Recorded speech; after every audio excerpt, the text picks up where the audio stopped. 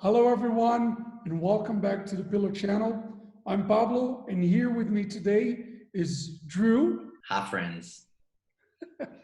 and also Romana, who is a new member of the marketing team. Hey. So, Drew, just as a recap, this is going to be a chatting between the three of us regarding the second part of the Balboa program within Pillar. And I wanna ask you to kind of like go over for those who either miss it or just need a reminder, why is this approach that we are calling Pillar Balboa important for us? Yeah, this approach is important from a variety of reasons. I, I'd say the first and most important is Pillar was always designed to be a community run, community empowering project. This spans obviously our interest in data privacy and control and putting that back into the hands of the users. But as the industry has matured and development of both smart contract and the technology, Web3 technologies that allow for more robust and flexible deployments of community governance, we actually have the capability to now allow our users, our token holders, to directly have a voice in directing the product development, our marketing efforts, and the direction of the project in its entirety. So this is exciting from a number of perspectives. One, in the fact that the community can directly weigh in and have a voice in various facets of the product direction.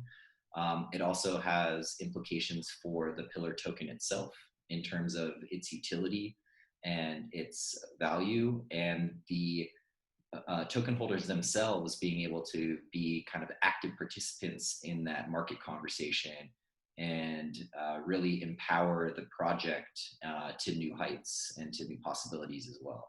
Is it for just people that are actually token holders, or anyone that wants to be part of the community has a voice? There's a couple of different new initiatives that we've rolled out. The major one is this transition from Telegram, where most of our kind of async real-time conversation has occurred, to Discord. This was a very conscious choice because Discord provides a better platform for organized discourse. It allows us to put topics into proper conversations, allow conversations to play out in siloed ways versus just kind of one long stream of text and conversation, which makes keeping up with conversations and organized discourse really challenging.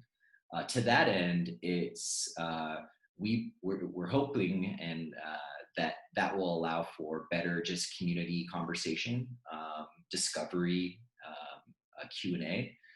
The actual governance of the project itself, however, will be relegated to those that hold tokens. The token will be the vehicle by which that governance is powered. In its simplest form, each token will enable a vote against a specific topic or initiative that has either been proposed by us as the Pillar team, the operational team, the foundation, or the community themselves. And it won't necessarily be an exact one token to one vote. There's going to be some balancing and multipliers and various things incentivizing actions, one of which we're going to get into around this liquidity mining initiative. But the actual ability to both propose as well as vote on initiatives that have been proposed will be relegated to those that actually hold tokens. This empowers and really is a benefit to those longer term token holders that have a large supply of Pillar that have been really vested in the project and following us and are excited to see what we're doing and supportive.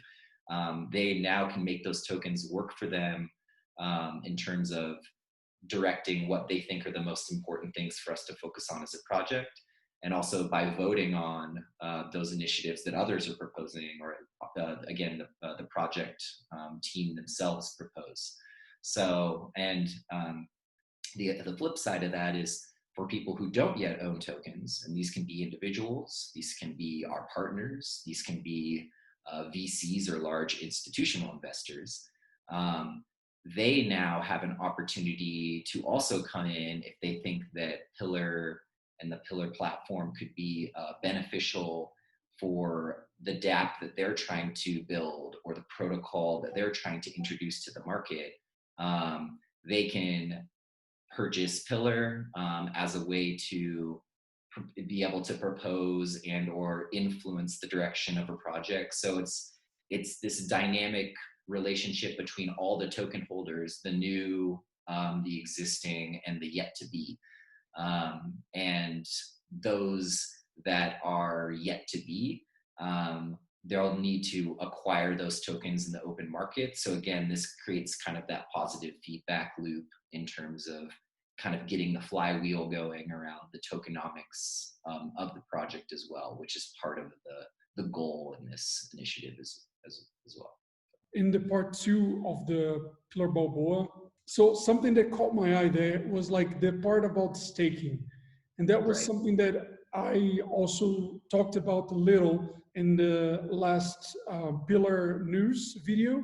So I would like for you to like elaborate a bit on that staking part.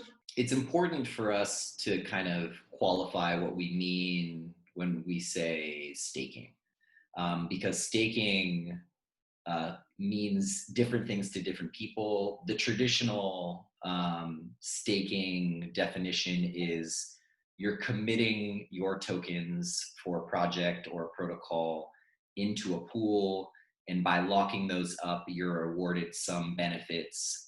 Usually the most common is like the systematic distribution or rewarding of more of those tokens for that commitment. It's essentially the same thing, what we're trying to do, but we're doing it in a way in order to incentivize or offer rather new incentives that also help other known challenges that we've been facing as a project, namely the liquidity issue. We have a number of token holders who are very supportive, hodlers that have purchased their tokens and then put them into a cold wallet somewhere. Like kind of the buy and hold strategy. That's fine. The reality is though that those supply lockups aren't really benefiting the project in any significant way. We need to, in order to kind of get the tokenomics working for the project, we kind of need to get them moving in the market and providing a benefit to others who are looking to get into the project, into the token, as a way to possibly participate in these new governance offerings, for instance. Another big topic / problem and a concern that the community has raised is in regards to the liquidity of the project, as far as on exchanges. We made a conscious decision to not pursue centralized exchange listings. One, because we believe that the decentralized exchange offering and growth would be substantial, and that is the future of this whole industry. We've seen how the emergence of new decentralized exchanges have really started to take the lion's share of trading action away from centralized providers. We've seen on the flip side the reports of how the wash trading and kind of the fee churning that's occurred through centralized exchanges. The other benefit of a decentralized exchange offering and infrastructure is it can directly benefit the users who are helping to offer and maintain the liquidity, enabling other people to trade. So what this is, and I'll talk about this from the context of Uniswap, which is probably most well-known decentralized exchange in the space right now. There are a number of other ones. We're looking to roll out this initiative across multiple, but we're going to start focused on Uniswap. Uniswap is a decentralized exchange like any other. One of the ways you can participate and actually be rewarded, other than using it as to swap tokens, is by providing liquidity to a pool. What that means is you're staking some token, and the counter pair of being Ethereum, the network protocol token. And as people are trading, the pool rebalances. So taking even a further step back, it has to be what you're staking to enter into a pool are equal parts ether and equal part of the token. As people are trading against that, depending on if they want more of the token or more ether and they're trying to sell the token, the ratio that you put in doesn't stay balanced at 1-to-1. It skews towards whichever is like higher in demand, or rather opposite for the liquidity provider. In our case, for Pillar, our hope is to actually get more people purchasing Pillar, interested in participating in the governance, interested in helping direct the future of this project. As that occurs, likely the Pillar that you've committed to the liquidity pool will drop and your ether will start to rise. So you'll be earning ether. This is specifically 0.3% of every trade is given back to the liquidity providers as a fee. In terms of the specific amount you will earn, it's dependent on how large that pool is, how many other people are committed. So that 0.3% of fees will be spread out proportionately to across everybody. Now there's a new idea, a new concept that's been leveraged by a number of projects that we're also introducing, called liquidity mining. What liquidity mining is essentially it aligns incentives between the project, in our case, the liquidity providers, and then the users who are swapping and or holding of these tokens. And liquidity mining is essentially the distribution of a token programmatically to liquidity providers based on the amount of liquidity they're providing. So similarly, as say you put you take a specific example, you put 1 ETH and the equivalent of 1 ETH in Pillar tokens into the pool. Trades are happening, people are buying Pillar. Your amount of Pillar that you've staked has dropped, but the amount of ETH based on the fees you've received is increasing. We as Pillar are looking to use our upcoming token distribution to directly reward those that are holding liquidity pool tokens and providing this liquidity with Pillar. So this essentially would offset any drop in or reduction in Pillar that you have as a result of participating in the pool. And so you'd essentially stay even while still earning ETH. It's like this extra benefit of just being, by helping our project, by providing liquidity. What this also means is reduced slippage. So as a person looking to purchase the token, right now, if someone were to go onto Uniswap or one of these exchanges and say buy 20 ETH worth of the token, it's going to move the price in a substantial way. The more people we have participating in this, the more we can make that a less aggressive shift, less slippage involved in kind of those transactions. As a way to incentivize this even further, because liquidity is a known issue within our project, we're also going to be giving additional governance weight in voting and in proposing to the users who are participating in this liquidity mining program. So it's kind of like a triple threat rewards program where the rewards stack for participating. So you earn a share of the 0.3% of fees that Uniswap provides to all liquidity providers. You will earn tokens directly from our project to you as an individual for participating in the liquidity mining program. And you'll earn additional governance weight through a multiplier as someone who's helping to provide this liquidity and helping the project in this way. So it's a form of staking, but there's a few pieces involved. It's a little bit more convoluted. But the flip side of this is we have seen projects introduce this approach, most namely Compound and Balancer. Granted, they were also existing and had traction as a product and revenue and whatnot, similar to Pillar. And they've seen huge price increases as a result of initiating these programs, and huge participation increases as a result of these programs. So we're looking to leverage essentially a similar approach. And this both answers the call for, can I stake Pillar? But it offers it in a way where the staking is directly beneficial to the project in terms of solving the liquidity problems, as well as rewarding and incentivizing those who do so with an extra kicker in the form of Pillar tokens and the governance. It also helps kickstart some of the governance conversation, because it allows those people who are, again, helping and benefiting the project to earn more of a say in the direction of where the future of that project or the project is going. So it creates this kind of positive feedback loop.